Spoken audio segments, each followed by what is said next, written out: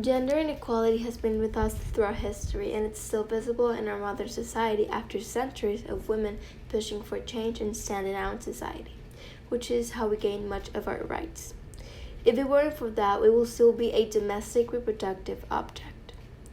That is why today we will be discussing about women empowerment growth, including topics such as rights, roles, and change. Let's begin by addressing the most important question to ourselves.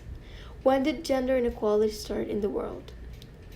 Gender disparities were already rooted in the Middle Eastern societies by the 2nd century, according to research done by Gerda Lerner at the beginning of the 1990s. Lerner hypothesized that the cultural tradition of valuing men over women arose before the written documents. This indicates that it was a long-distant practice of undervaluing women due to their gender and assigning them a role in society that must be satisfied, or else a woman would appear unattractive. If they were married, they remained at home to take care of their children while their husband went to work and earned a weekly salary. If they were single, they worked in jobs that required some kind of service, such as waitressing or cooking. Many young women were only supposed to marry and start a family. But what about women with ambitions or skills who wanted to do more than serve men? Well, they had no choice because the rights were nearly non-existent. Women were considered second-class citizens in the early 1800s. Women did not have the right to own their own land, keep their own earnings, or sign contracts after marriage. Furthermore, every woman was denied the right to vote. Women did not gain the right to vote until after decades of heavy political activity. Women's liberation began when they realized that they count as individuals, that they can be their own men. The political activism of women, including Lucretia Mott, Elizabeth Cady Stanton, Lucy Stone, and Susan B. Anthony, led to an increasement of movements for women's rights, including suffrage. They started a movement in which their goals promoted fight for equal rights for men and women, property rights, women's suffrage, or the right for women to vote, abortion rights, the right to work for fair pay, equal access to education and employment, equality within marriage, and a married woman's right to own her own properties and wages, custody over her children, and control over her own body. All of this were accomplished by strong women who behaved with courage and superiority, standing out regardless of situation and consequences, even if it meant risking their own lives. And that's when things started to move easily for us. The 1848 Seneca Falls Women's Rights Convention marked the start of the American women's rights movement. The suffrage movement was born out of the desire to give women the right to vote. They started to demand that all women will be given the right to vote. The outcome was favorable.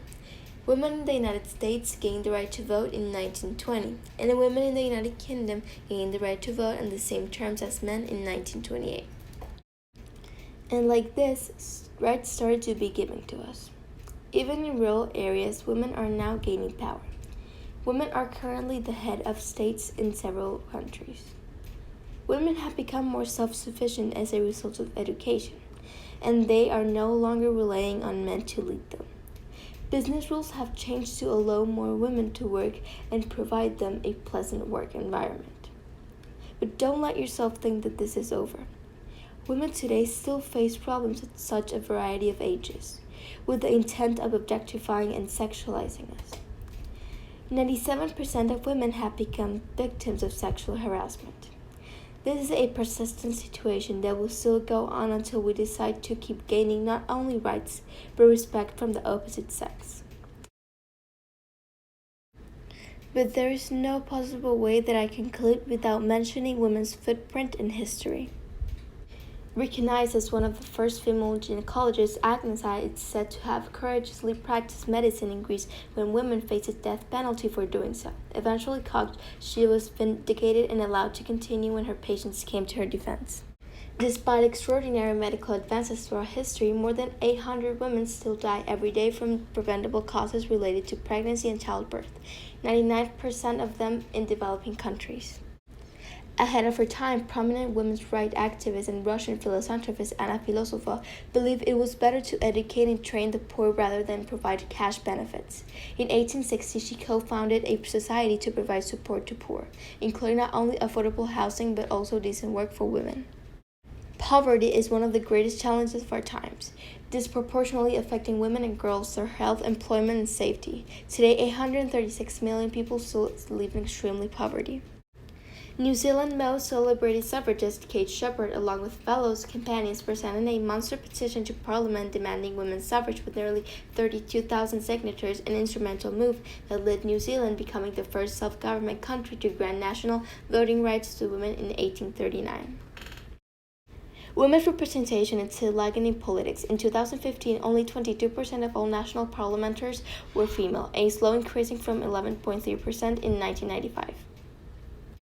And finally, a pioneering American tennis champion and social change activist Billie Jean King famously threatened to boycott the U.S. Open in 1973 unless women were given equal prize money, a demand that was met, making the U.S. Open the first major tournament of its kind to offer pay equality.